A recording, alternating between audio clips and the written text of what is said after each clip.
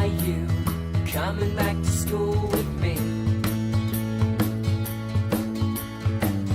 We could have done it all so easily.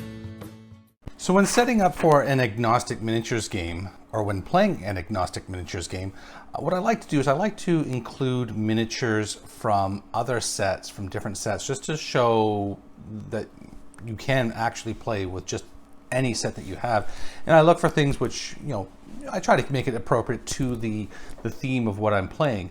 And I just happen to own and have painted my Arcadia Quest Inferno set, so I thought I would include them in today's mission. So this Cabal name is the Inferno of Arcadia. Their philosophy is earthbound. Their special ability is ready to move. So everybody here is +1 movement, and they have 10 souls left over in their little soul bank, little piggy bank, because they only spent 90 in the creation.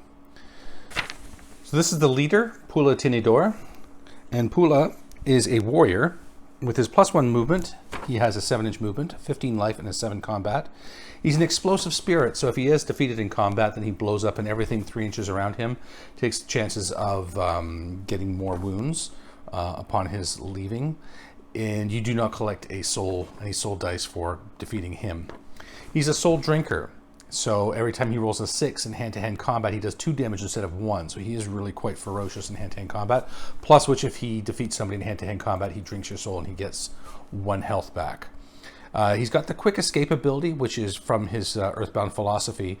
So when somebody comes within 1 inch of him, if he hasn't already activated that turn, then he can immediately activate before attacked or anything, and he can use all of that movement to move away, should he so choose. And then he's a combat master. There's a special ability, so once per turn, he can turn one of his dice to a 6 in the hand-to-hand combat. His succubus is the big guy back here. This is Napaka Gutom.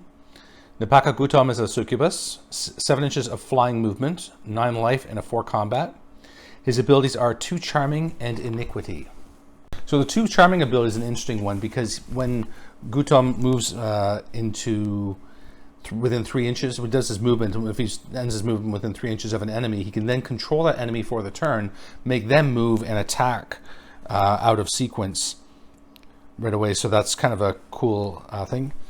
Then iniquity, he starts with a score of iniquity of 0, but every time a friendly model slays another demon, then increase the iniquity score by 1, and then he can use that iniquity score at any point during the game to reduce the amount of damage he's taken. So, which then gets subtracted. So if he has 2 iniquity and uses like one of those 2 iniquity to reduce damage, then he only has 1 iniquity left, and when he uses that, then it's back down to 0, and so on. So it's just a little buffer for him to avoid some damage. Then we have Tatlo Aso is a tentacle beast. It's really the heads gripping onto you, maybe the tail, grappling. So any enemies within 1 inch are -1 to their combat score. Is a 9-inch movement, 9 life, and a 5 combat. Then we have the Mephits. We have 3 Mephits here, and they are Mahal Kita, Iniibi Kita, and Gusto Kita. And they're my Mephits. They have sting and move, so they're able to get a bonus of 3 inches of movement if they do a running skirmish attack. And they do 10 inches of flying movement, so they're quite mobile, with 7 life and the 3 combat. And then finally, at the back, we have Kakainin Kita. Kakainin Kita is a slaughter fiend with a 6-inch movement, 10 life, and a 6 in close combat. He's a paragon of slaughter.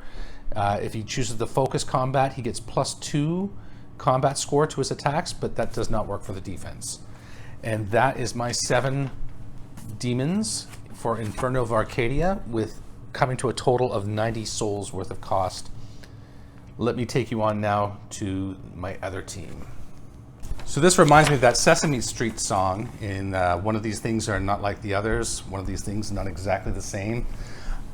That's because, with the exception of one of these models, they're all from my Mansions of Madness set, which I also have painted. So, but except for this one here, this is one model that was done for me by a friend, and I thought I'd like to include her too. So this is my, this one's called the Trace of 55. They are a demented philosophy. Their philosophy, special abilities, and unpredictable defense. And this is kind of an interesting one because if at any point anybody on the team, when they're attacked, if they roll triples anywhere in the dice, so with the boss here, if he rolls his 6 combat dice, if he gets triples on those, exactly triples, then whatever that dice is, so say it's triple 3s, then he's reflecting 3 damage back to the opponent who attacked him. So really kind of interesting on that one. So that's the unpredictable defense. So this is the boss man here, or boss thing, I suppose. Not really a man, it's boss thing. So boss thing, his name is Shabba-Lubba-Dubba. Shabba-Lubba-Dubba is a zealot. He has a 7-inch move and 13 life with a 6 combat. He has a token of luck, so he can re-roll 1 dice per turn, which can also help him to get those the unpredictable defense off. He also has a poisoned soul. So if he ever rolls a 6 on a defense roll, he's doing 2 damage to the attacker. So between his unpredictable defense and his poisoned soul, he's really a dangerous one to be trying to take out in combat. His special philosophy leader bonus is the maddening insight. He can re-roll initiative, 1 of the initiative dice for anybody on the turn. This is as long as he's alive, that can be done. And then frenzy, because he's a zealot, he's got a special ability of frenzy. He gets +2 in combat when attacking, when he's charged. It's +3 versus leaders. So he really likes to get in there and mix it up with the other boss. And then the back here we have Dunwich and Dunwich. So Dunwich is a madness demon, a 5-inch move, 11 life, and 3 combat. He's infected with madness and disorder. So infected with madness means that once per round, when an enemy is making a combat attack with him and then within 3 inches, he can switch their attack ability with his own, and he's only got a 3 combat. So it doesn't even have to be him being attacked. He just has to be within 3 inches of them. So this can maybe be something keeping him close to the boss man and allowing Shabba-Lubba-Dubba to be able to be more protected from maybe somebody with a high attack value. So because he can just switch that combat value around, and that'll last till the end of the round. Or if he's being attacked by somebody strong, then he can always switch it so that way he can hit them hard, and then they've got his puny 3 combat to try to deal with, on the defense. Not very helpful. Then he's got the disorder ability, and that every triple 1 that is rolled, and it has to be a triple, can't be quadruples or quintuples or anything like that. Every triple 1s that are rolled, he keeps a score of that, and then that's his disorder score, and he can use the disorder score to add to his combat ability when making combat or defense rolls. And that doesn't, unlike the iniquity roll from the succubus, this one does not decrease, so that stays with him for the whole game. So next up we have Natalya, which is the one my friend had done for me. This is a corpulent demon. So she's 4-inch move, 15 life, and a 4 combat, and she's a pile of flesh, so she's healing 2 life every time she's activated, so a little tougher than the others. Then we have Vamps. Vamps is a tentacle beast, 8-inch move, 9 life, 4 combat, grappling arms. To anybody who's within 1 inch, they get -1 to their combat. Then we have Yig. Yig is an armored demon, and 4-inch move, 13 life, 5 combat. With his steely skin, can change 1 defense die to a 6 once per turn, so that could be handy. Then we have Cthoid. Cthoid is a spined demon, 6-inch move, 7 life, 6 combat. When charges, can re-roll up to roll up to 3 combat dice in the fight. And then finally we have Deep. Deep is a slaughter demon, 5-inch move, 10 life, 6 combat, and a paragon of slaughter. So when doing a focus combat, can add +2 to the combat for attacks, but not to the defense. And that is Trace of 55, my demented team. So let's get down to the battle. So this is the battlefield for today. I was having a little fun with it, pulling out some of the lava and stuff, and I thought, I've got these cool glaciers and things which make for nice, covering terrain and blocking, something to block line of sight. Maybe not that you have any shooting, but it gave me the whole idea of let's do a board which hell is literally starting to freeze over. So we have ice on one side, and then it gets a little more thought out on the far side than on the far right. Here we have the heat and lava, as we might traditionally think of hell. So this is the Hell Freezes Overboard. I haven't decided on the thing yet. Let's take a roll. Let's roll off and see what the mission is going to be. All right, so let's take a roll on the table here, see what our mission is going to be. Oh, so I rolled off there. It's an 8, which is marked for death. Page 59. Let's take a look. This looks like a very interesting mission here. One player, the defenders, are going to be in the center, while the attackers are on both sides. And what they're trying to do is just kill one of the players from the thing. It doesn't indicate who the player is, so I'll just do it randomly. We're going to roll off to see which one is which. So we'll do the more bronze-colored dice will be the Inferno of Arcadia, and this will be Trace of 55. So the highest roll will be the attacker. So Inferno of Arcadia are the attackers, and they're attacking Trace of 55. And with 7 players on the team here on the thing, we'll just roll a d8 and re-roll 8s. So they're going after number 3. They're going after Natalya. So I guess she's been trying to sell them some cryptocurrency. He got fed up with her, so they're going after her. Let me get all the models set up on the table, and we'll get this started.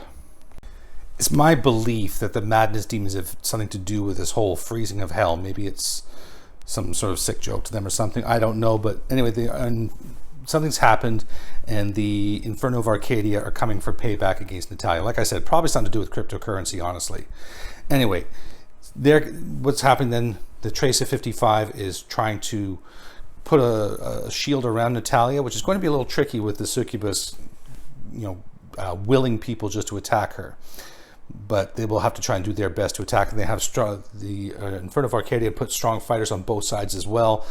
So we'll see what's going to happen here. Maybe they'll just run in one direction and trying to hold them off. They just have to last 4 turns. The whole victory condition here is if Natalya is alive at the end of round 4, Trace of 55 wins. If Natalya is dead before the end of round 4, then Inferno of Arcadia wins.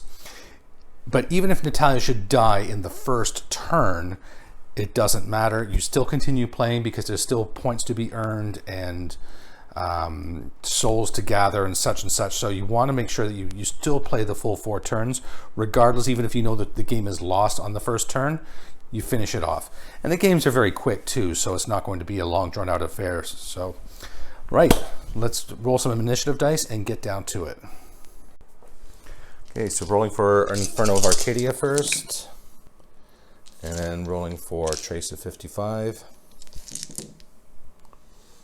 Inferno of Arcadia is rolled very unfortunately here. Their highest is an 8. They have 3 8s, 3 6s, and a 2, whereas right now as it stands, the Trace of 55 is going to be able to go 3 times before Inferno of Arcadia activates anybody, because they have a 12, a 10, and a 9.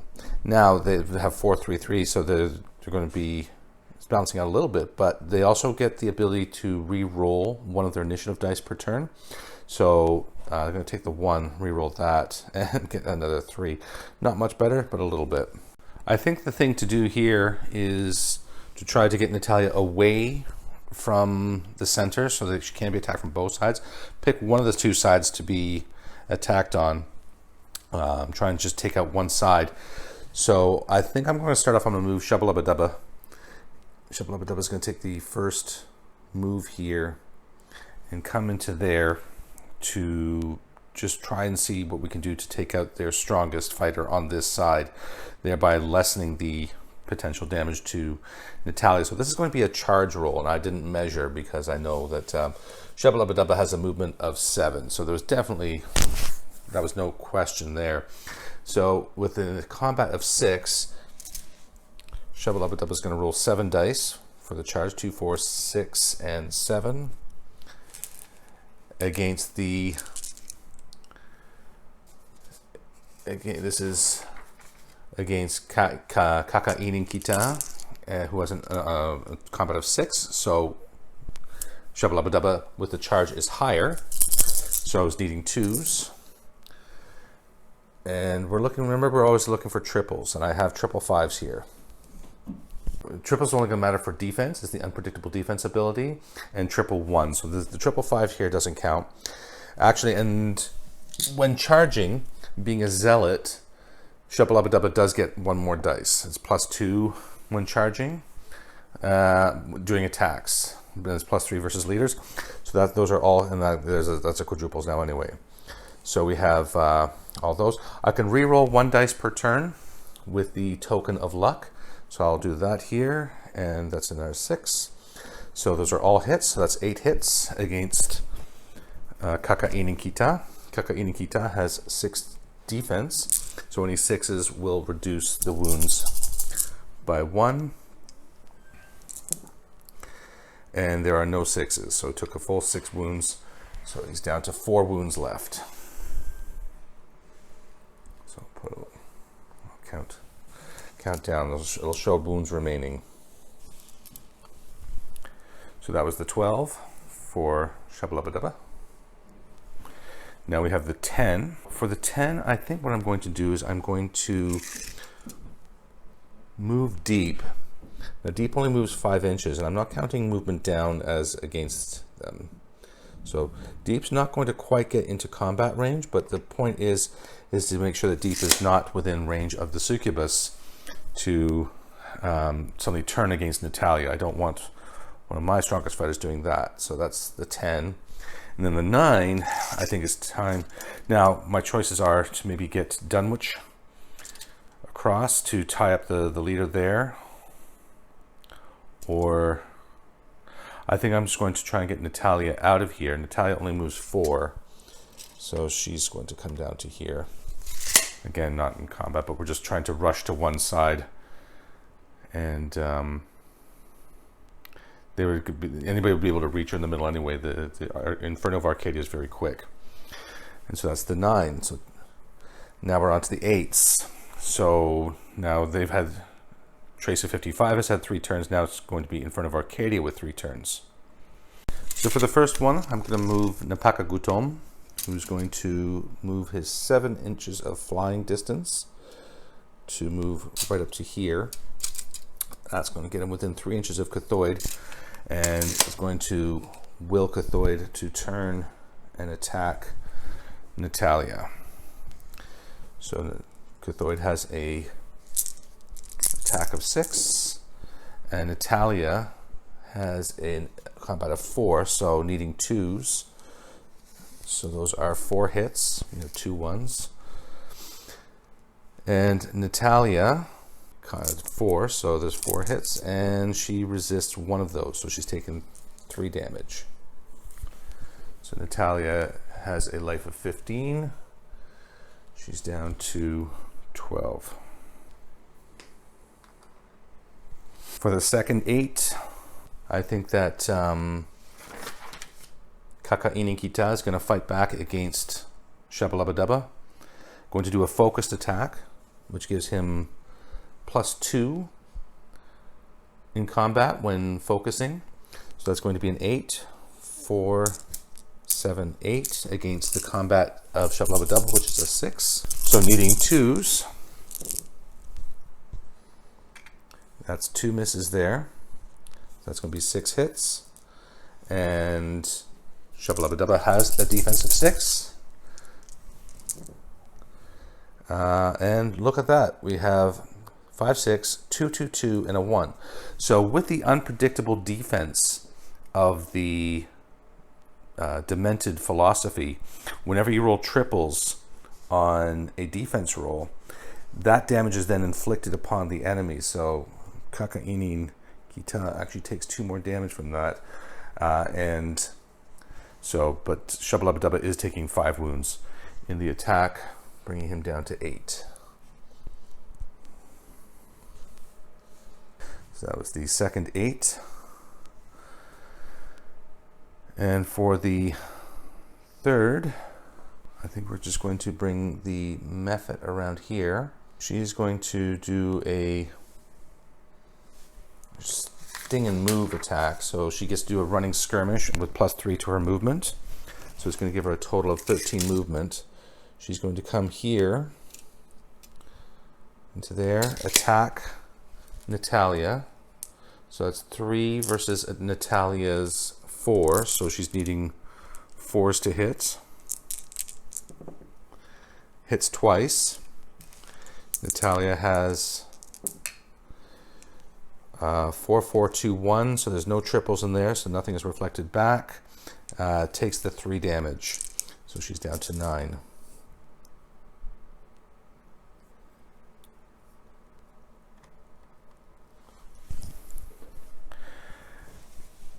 And then she's going to move out, away from harm. There's the 8. And actually, they're going 6 times because they have the 6s. They have 3 6s now. The next one for Inferno of Arcadia is, Trace of 55 is a 4. So we will move in. So 13 inches. I'm going to see how far this method can go. Yeah, you know what? She can do the same. So that's going to be 11 inches for her there. She's going to attack with 3, needing 4s, 2 hits. Then Natalya has 4 defense, rolls 1. So that's 1 more damage, and there's no triples. So she's down to 8.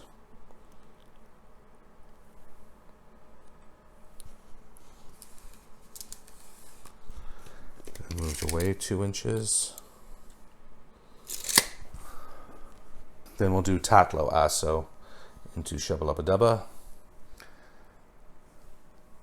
This will be a focused attack. Well, actually, yeah, just be a regular attack, because right now you can't charge if you're within half an inch, and you can't move.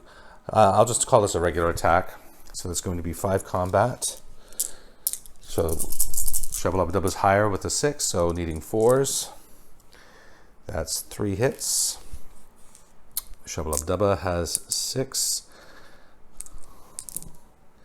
Rolled 3 6s, so that's 6 damage reflected back. So ignores all the damage and reflects 6 damage back to Tatlo Asso, nearly killing it in one shot when he was just defending himself. The power of the demented philosophy. So that was a very disappointing attack from Tatlo Asso. We will then go, we have 2 more before the Trace of 55 gets to do a bunch of stuff. So I think we're going to get Pula Tinidore in here while we can. So yeah, he's going to charge in here against Yig. So with the charge, he has a combat of 8, 2, 4, 6, 8. And yeah, any 6s he rolls are going to be 2 damage instead of 1 with his Soul Drinker ability. So he is going to, and with a combat master, he can also turn 1 dice to a 6 each time in combat. So he rolls, and he's needing 2s. He's hitting them all anyway, so he doesn't even need to use the... Actually, I guess he can turn 1 into a 6. So he's going to turn 1 more 6, giving him 2 more damage. And so for Crate of 55, Yig has a combat of 5. So that's 1, 2, 3, 4, 5, 6, 7, 8, 9, 10, 11 damage. Yikes. 11 damage, and 2, 4, 5 from Yig, who is an armored demon. So as an armored demon can turn 1 of his dice into a 6, so he saves twice. So he's taking 9 damage. So he's down to 4. So that was pretty devastating.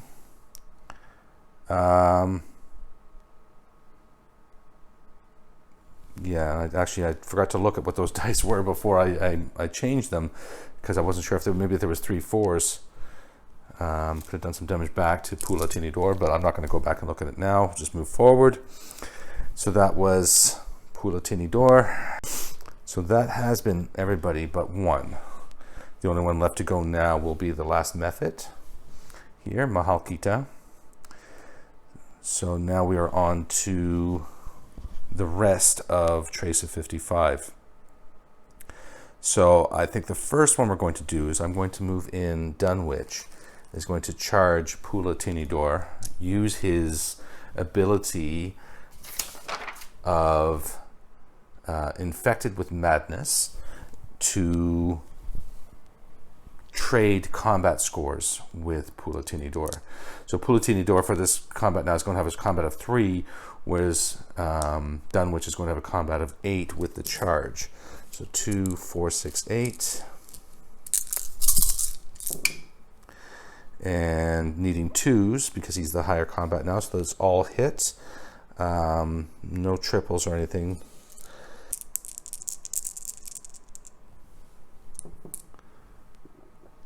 One, 2, and a 3. But with his combat master ability, he can always change 1 dice to a 6, so he's changing that to a 6, so he's taking 7 damage though. So 7 damage, he starts with 15, so he's down to 8. Then we'll go with Yig, fighting into Pula Tinidore. So combat of 5. And Pula Tinidore is a 7 again, so his so Yig's going to need 4s, and he's got 4 of them right there, and his 7, 4, 5, 6, 7. So 4, no 6s naturally, so he's going to save 1 by turning it into a 6, so he's taking 3 damage, and he's down to 5 wounds. Actually, in looking at the thing again for the madness lasts till the end of the round, so his combat score was still a 3. So I'm not going to go back and look at what the dice rolled for Yig, but I mean, he's taken the 3 wounds anyway. So Yig, I think, only missed 1. I think it was a 1, if I'm not mistaken. So we're just going to move forward from that point. But just to remember that when the madness is set in from Dunwich, it stays for the rest of the round. All right, now we're going on to we'll go on to Cathoid. Cathoid is going to charge in here to Kakainikita to try and finish him off. So Cathoid can reroll up to 3 of his combat dice for charging. So gets 7 dice for the charge, 2, 4, 6, 7. 6 normally plus 1 for charge, and is rolling against Kakainikita's combat of 6, so is needing 2s. Rolled no triple 1s there. Rolled 2 1s, but not 3. So that's 5 hits. Kakainikita needs to make some saves here. So he's got 6 dice. And, ooh, wow. He saved 3 of them, but that's still going to kill him. So Kakainikita is defeated. So having slain Kakainikita and having 2 of my demons within the area, I do get a soul dice for that. So it's only a 1. So I'll put it up there to remind myself that it's 1 for Trace of 55. And the last one to go will be Vamps. So Vamps is a movement of 8. So I was going to just run down here onto Mahalkita. See if we can take her out before she even has a chance to attack. So it's a charge. So it's going to be a 4 plus 1 for the charge is a 5. And needing 2s because she has a combat of 3, so they all hit. So that's no triples or anything there to be aware of. So that's 5. So 3 dice. She gets no save, so she takes the full 5 damage, putting her down to 2 wounds. And then finally we have our last one, which is Mahalkita, and she is going to do the running skirmish, where she is going to move to here, attack Natalya. So she has a charge, so this is a running skirmish, so it's a 3. 6, 6, 4, so she's hit all 3 times. Natalya has a combat of 4. Saves once. No triples, so she's taking 2 damage.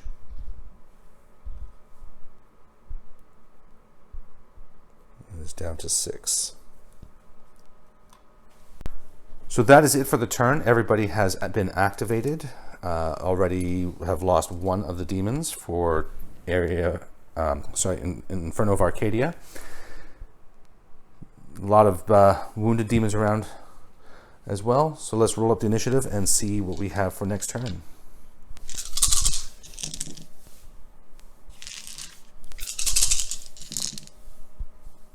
Oh, actually, I need to take out one dice for Inferno of Arcadia. So Trace of 55 is doing very well in making sure that they keep the initiative here. Oh, sorry. Actually, one thing I forgot to do is just to move Halkita a little bit further away. I'm going to measure just to move her out of range there, so that if they want to fight her, they have to go backwards from the direction that they've been running. Trace of 55 has 3 12s and 11, so they're going 4 times before the Inferno of Arcadia gets to activate 1. So I think the number one thing right now is just getting some things out of the way here. So I'm going to activate Deep. I want to get Deep out of the way here. So Deep has a movement of 5, I believe. Yes, 5 inches.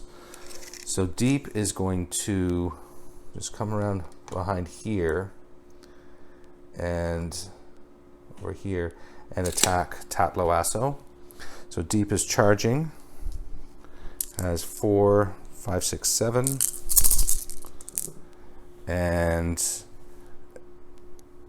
needs 2s. There's 2 1s, but not 3 1s, so I don't get the triples for Dunwich in his ability. So that's 5 hits. Natalya has a combat of 5, so needs to save most of these, and saves 2. 3 is just enough to kill Natalya. So that's another one out for the Inferno of Arcadia, and that is another soul dice. This one is a 5 for the Trace of 55. So that is the first 12 done. The second 12 is going to be activating Natalya. Natalya is going to run her 4 inches. When she activates, she's able to heal 2 wounds, so she's going back up to 8. That's part of her ability as a corpulent demon.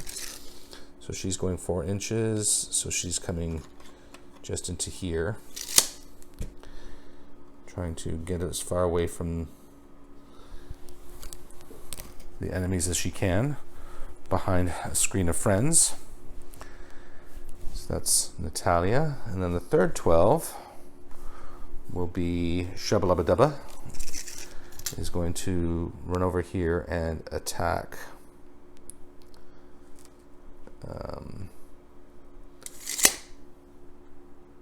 Napaka Gutom. So attacking Napaka, so charging, has a attack of 7, 2, 4, 6, and 7. Against Napaka Gutom's combat of 4, so we need 2s. There's no triple 1s. And there is 1 1, so that's 6 hits. Napaka Gutom has a combat of 4, so it can try and save 4 times. Saves 1, so takes 5 damage.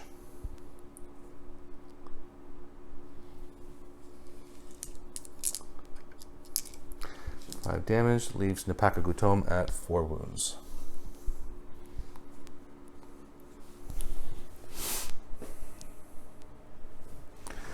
That's the third 12, and then on to the 11. The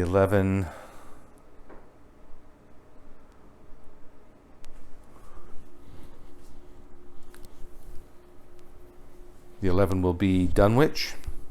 Dunwich is going to switch the combat scores with Pula Tinidore. So Pula Tinidore has, so Dunwich now has a combat of 7. It's going to do a focused attack for an 8. 2, 4, 6, 7, and 8.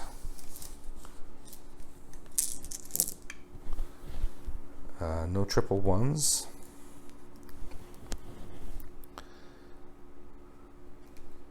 and needing 2s. So that's 7 hits against save of 3, and so that is Pula Tinidore out as well for a soul dice of 4. It's looking very poor for the Inferno of Arcadia right now. So that was the 11. So now 1, 2, 3.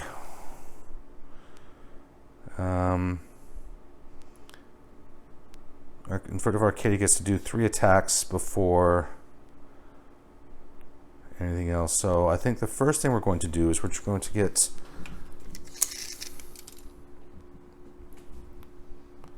move Napaka Gutom over to here to move Cathoid over to there and attack Natalya. So Cathoid has an attack of 6.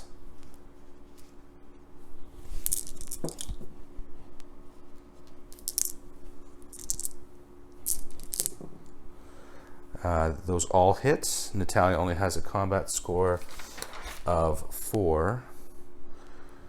So that's 6 hits. And Natalya saves none of those, so she's down to 4 wounds. Oh, sorry. Down to 2 wounds.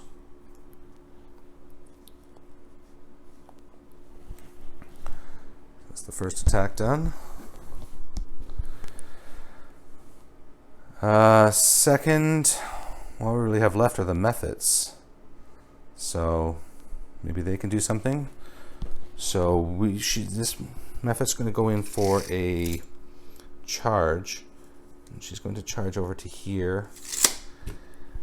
Just try and give her that extra boost. I mean, we may be losing the fight by bodies, but hopefully we can win the fight by just taking down Natalya. So that's going to be 4 attacks. It's needing 3s now because with the charge she's going to be equal. So needing 3s, and that's terrible. Only got 1. And Natalya, 1, 2, 3, 4. Blocked it easily.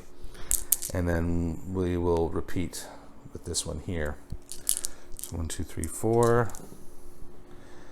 Again, only 1 hit. Triple 1s gives a madness point to Dunwich. And Natalya, sorry, too many dice. 1, 2, 3.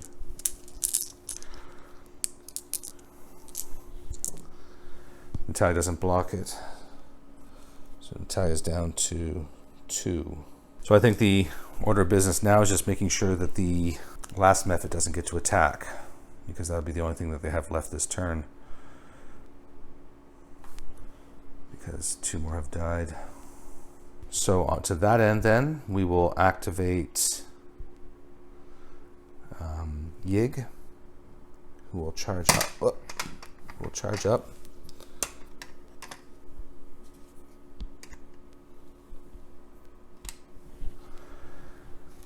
Yig, an armored demon, has a combat of 5, 6 when charging.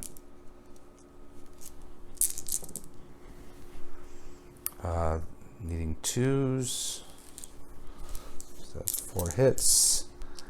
Combat of 3. Saves 1. Oh, she's down to 1 wound. Didn't quite die. So that's it for that side. I don't think that Vamps is going to be able to reach. Well, Vamps has a 8. Not quite. No. Okay, so maybe Vamps will just come into here. He's going to charge there. Combat of 5. 1, 2, 3, 4, 5. Needing 2s. That's 4 hits. And 3 saves is none, so that's 4 damage. Putting Mahalkita down to 3.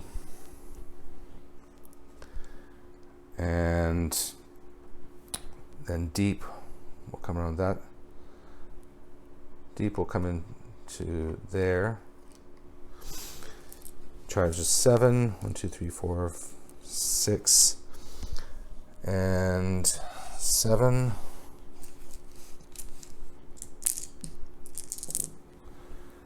He hits 6 times, so that's automatically takes her out. And that's another soul dice with a 6. And then finally we have Cathoid coming around that side. He's going to charge the last one there. Cathoid has combat of 6. So he hits 4 times. Defense of 3, saves 1, so she takes 3 damage. So 3 damage, she's down to 4. And then the final one to attack is this one here. She's going to charge Natalya. And she gets 3 hits. Natalya has 4 defense. Doesn't save any of them. So Natalya has been defeated. So even though the Inferno of Arcadia has taken terrible losses, they have managed to win this battle because they did what they needed to do in taking down Natalya. I feel like at some point Napaka Gotom took some wounds here, did from Shabalabadaba. Unfortunately, I moved the dice. I don't know where that went to. Okay, well, we'll just continue on from there. We'll start off. Shabalabadaba is going to do it again. He's going to charge in there against this guy.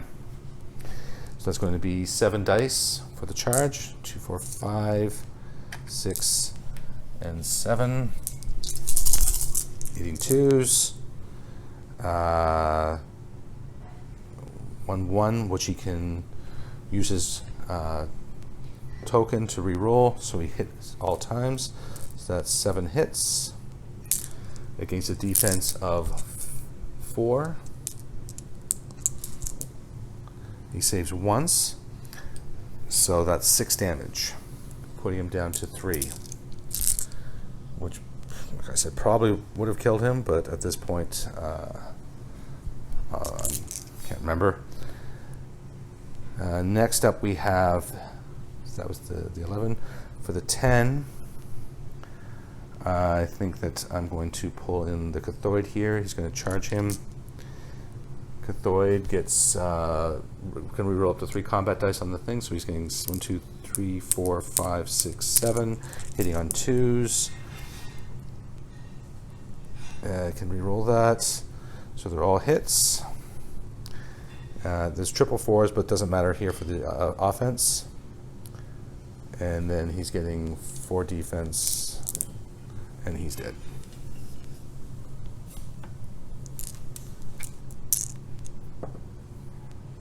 So there's 6.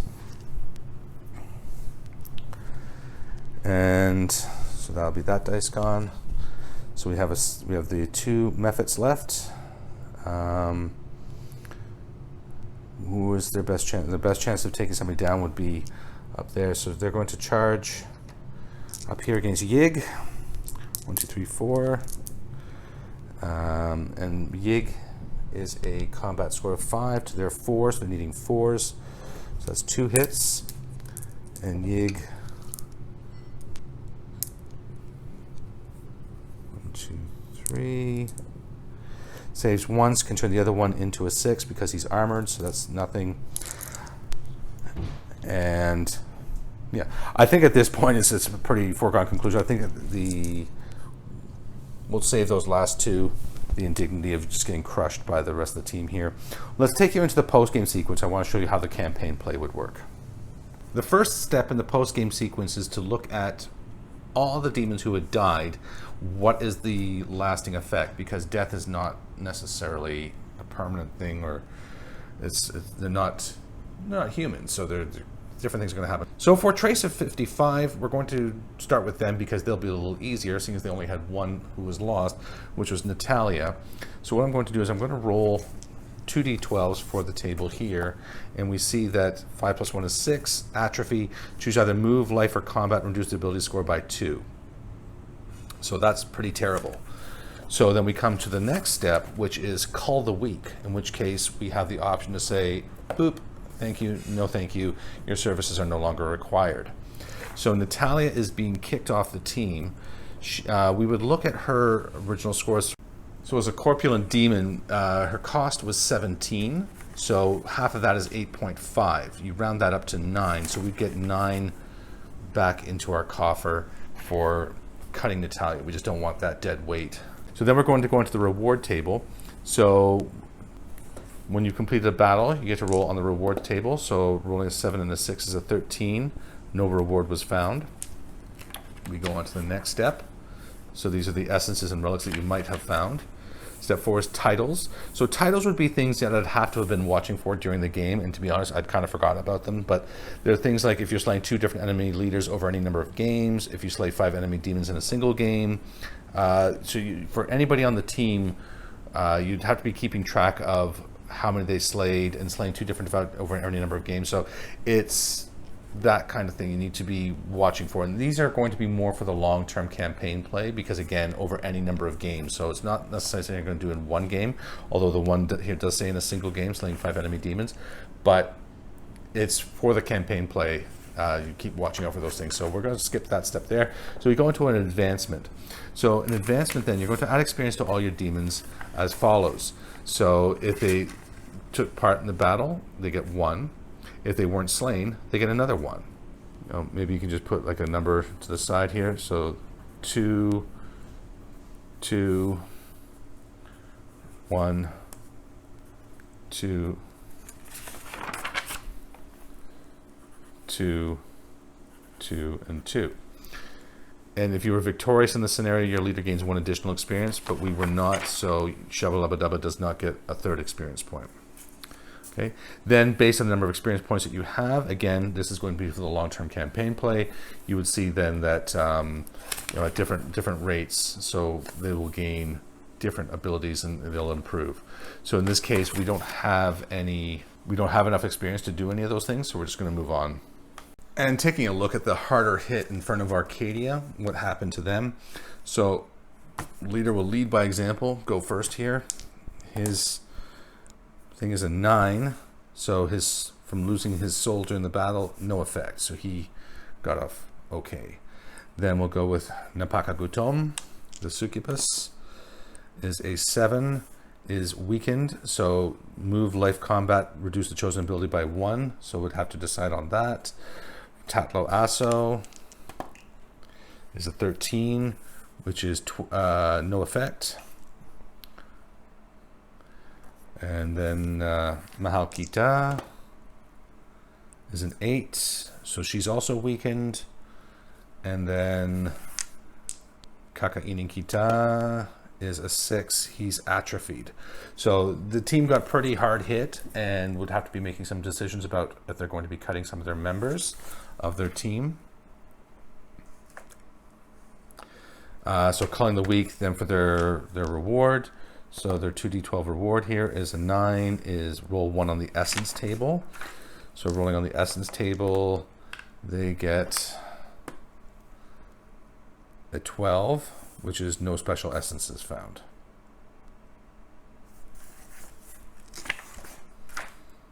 So go to the titles, experience points. So even though he died, he would get 1 experience point. He'd get 1 for completing the battle, 1 for being victorious, but not 1 for surviving. And all of them would just get 1 experience point for the battle. One thing I didn't mention too is that these soul dice. So remember with Natalya, she had a pretty, and we're going to cut her because of her weakened state from the thing. The team had 5 soul dice. You can use one of those soul dice and you can re-roll it. So Natalya could instead have been a 19, which would have been twisted. So instead of being atrophied, she could have increased one of her stats by 1. So then she would still be on the team. They wouldn't have cut her and all would be good. Any soul dice that you still have at the end of the game that you didn't use to re-roll on there count as 6 more souls that you can add to your ledger to be buying more demons back again. And that was a quick example of Reign in Hell. So very fast, very quick skirmish game here. It's very brutal, and especially because you're on such a small table size. But I love any of these games that have this kind of campaign play, because it just makes it that you can watch the team growing, developing, or in case of Inferno of Arcadia, just getting completely demolished. With this team, with all the weaknesses that they incurred, I might even just consider that was their first game. Best just cut the loss right now and start over again, because it's just pretty grim. But how you choose to go with it, the fact that you can play with any miniatures that you have, requires such a small table space. It's so quick. It's just, to me, it's a great game, and one I highly recommend. If you have any other ideas for games you might like to see on the channel, things you might like to see me doing in terms of battle reports, anything like that, then please let me know. I'm always interested to hear from you, the viewer, know what your thoughts are, what you would like to see. Helps me to give some more relevant content for my channel. Until next time, I'm Craig Thompson-Wood, your host on Teaching with Board Games, saying thanks for coming to the classroom. Are you coming back to school with me?